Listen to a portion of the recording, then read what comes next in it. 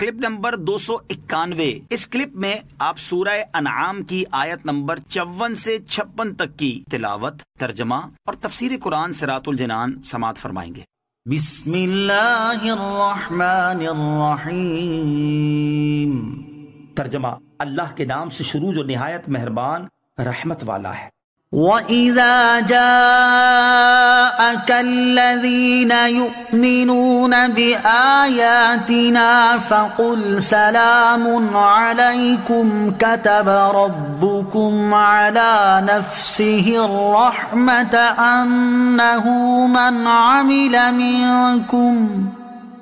أنه من عمل منكم سوءا بجهالة ثم تاب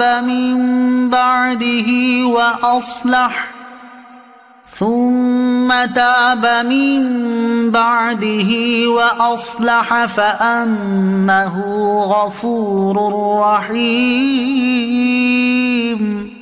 ترجمہ، اور جب آپ کی بارگاہ میں وہ لوگ حاضر ہوں جو ہماری آیتوں پر ایمان لاتے ہیں تو ان سے فرماؤ، تم پر سلام، تمہارے رب نے اپنے ذمہ کرم پر رحمت لازم کر لی ہے کہ تم میں سے جو کوئی نادانی سے کوئی برائی کر لے پھر اس کے بعد توبہ کرے اور اپنی اصلاح کر لے تو بے شک اللہ بخشنے والا مہربان ہے۔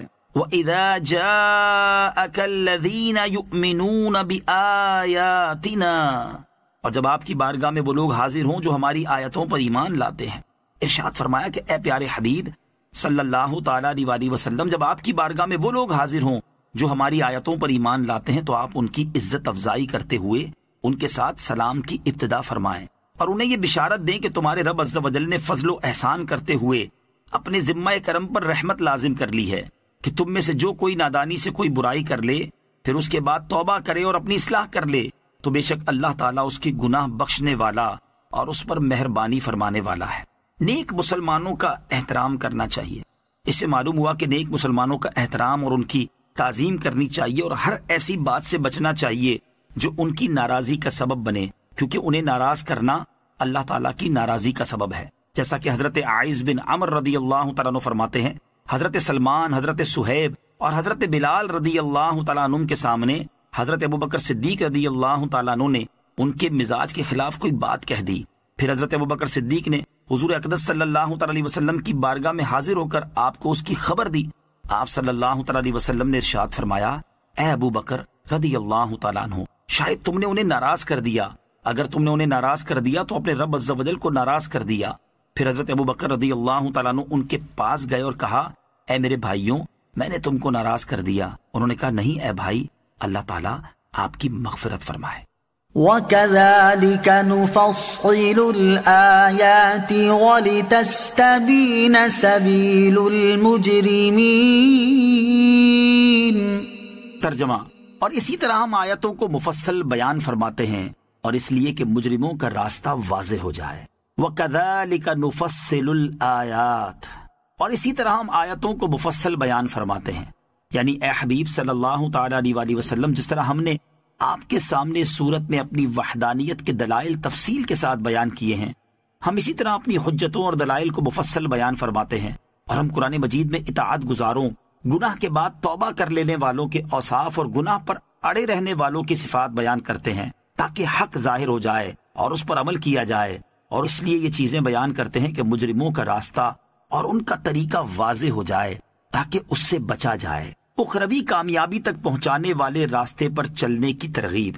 اس سے معلوم ہوا کہ آدمی کو چاہیے کہ وہ فلاح و کامیابی کے راستے پر چلے اور وہاں تک پہنچے جہاں نیک لوگ پہنچے، اور اس کا سب سے بہترین راستہ فوری طور پر اپنے سابقہ گناہوں سے توبہ و استغفار کرنا اور آئندہ کے لیے نیک اعمال کرنا ہے۔ امام محمد غزالی رحمۃ اللہ تعالی علیہ فرماتے ہیں، زندگی کی ہر گھڑی بلکہ ہر سانس ایک نفیس جوہر ہے جس کا کوئی بدل نہیں۔ وہ اس بات کی صلاحیت رکھتا ہے کہ تجھے ابدی سعادت تک پہنچا دے اور دائمی بدبختی سے بچا لے، اس لیے کہ اس سے زیادہ نفیس جوہر اور کیا ہو سکتا ہے۔ اگر تم اسے غفلت میں ضائع کر دو گے تو واضح نقصان اٹھاؤ گے، اور اگر اسے گناہ میں صرف کرو گے تو واضح طور پر ہلاک ہو جاؤ گے۔ اب اگر تم اس مصیبت پر نہیں روتے تو یہ تمہاری جہالت ہے، اور جہالت کی مصیبت تمام مصیبتوں سے بڑھ کر ہے۔ افسوس، لوگ غفلت کی نیند سوئے ہوئے ہیں جب موت آئے گی تو وہ جاگ جائیں گے۔ اس وقت ہر مفلس کو اپنے افلاس کا اور ہر مصیبت زدہ کو اپنی مصیبت کا علم ہو جائے گا، لیکن اس وقت اس کا ازالہ نہیں ہو سکے گا۔ مزید فرماتے جب تم ان 3 دہشت ناک باتوں پر ہمیشگی اختیار کرو گے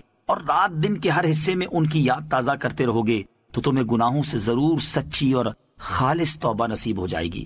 نمبر 1، گناہوں کی حد درجہ برائی بیان کرنا۔ نمبر 2، اللہ تعالیٰ کی سزا کی شدت، دردناک عذاب، اس کی ناراضی اور اس کے غضب و جلال کا ذکر کرنا۔ نمبر 3، اللہ تعالیٰ کے غضب و عذاب کی سختی کو سامنے رکھتے ہوئے اپنی کمزوری اور ناتوانی کو یاد کرنا کہ جو شخص سورج کی تپش، سپاہی کے تھپڑ اور چونٹی کے ڈنک کو برداشت نہیں کر سکتا تو وہ نارے جہنم کی تپش، عذاب کے فرشتوں کے کوڑوں کی مار، لمبی گردنوں والے بختی اونٹوں کی طرح لمبے اور زہریلے سانپوں کے ڈنک اور خچر جیسے بچھوؤں کے ڈنک کیسے برداشت کر سکے گا؟ قل انی نہیت ان اعبد الذین تدعون من دون اللہ قل لا اتبع اہواءکم قد ضللت اذا وما انا من المہتدین۔ ترجمہ، تم فرماؤ مجھے منع کیا گیا ہے کہ میں اس کی عبادت کروں جن کی تم اللہ کے سوا عبادت کرتے ہو۔ تم فرماؤ میں تمہاری خواہشوں پر نہیں چلتا، اگر یوں ہوتا تو میں بھٹک جاتا اور ہدایت یافتہ لوگوں سے نہ ہوتا۔ قل انی نہیت، تم فرماؤ مجھے منع کیا گیا ہے۔ اس سے پہلی آیت میں بیان ہوا کہ اللہ تعالیٰ تفصیل کے ساتھ آیتیں بیان فرماتا ہے تاکہ حق ظاہر ہو جائے اور مجرموں کا راستہ واضح ہو جائے، اور اس آیت میں بیان فرمایا گیا کہ اللہ تعالیٰ نے مجرموں کے راستے پر چلنے سے منع فرمایا ہے۔ چنانچہ ارشاد فرمایا کہ اے حبیب صلی اللہ تعالی علیہ وآلہ وسلم، آپ کافروں سے فرما دیں کہ مجھے منع کیا گیا ہے کہ میں اس کی عبادت کروں جن کی تم اللہ تعالیٰ کے سوا عبادت کرتے ہو، اور تمہارا ان کی عبادت کرنا بھی کسی دلیل کی بنا پر نہیں بلکہ محض خواہش پرستی اور اپنے باپ دادا کی اندھی پیروی کی وجہ سے ہے، کیونکہ جن کی تم عبادت کرتے ہو وہ جمادات اور پتھر ہیں جن کا مرتبہ انسان سے انتہائی کم ہے، اور اعلیٰ مرتبے والے کا کم مرتبے والے کی عبادت کرنا ایسا کام ہے کہ عقل بھی اس کا رد کرتی ہے۔ اگر میں نے تمہاری خواہشوں کی پیروی کی ہوتی تو میں راہ حق سے بھٹک جاتا اور ہدایت یافتہ لوگوں سے نہ ہوتا۔ صلو علی الحبیب صلی اللہ تعالی علی محمد صلی اللہ تعالی وسلم۔ مجھے اپنی اور ساری دنیا کی لوگوں کی اصلاح کی کوشش کرنی ہے انشاءاللہ عز و جل۔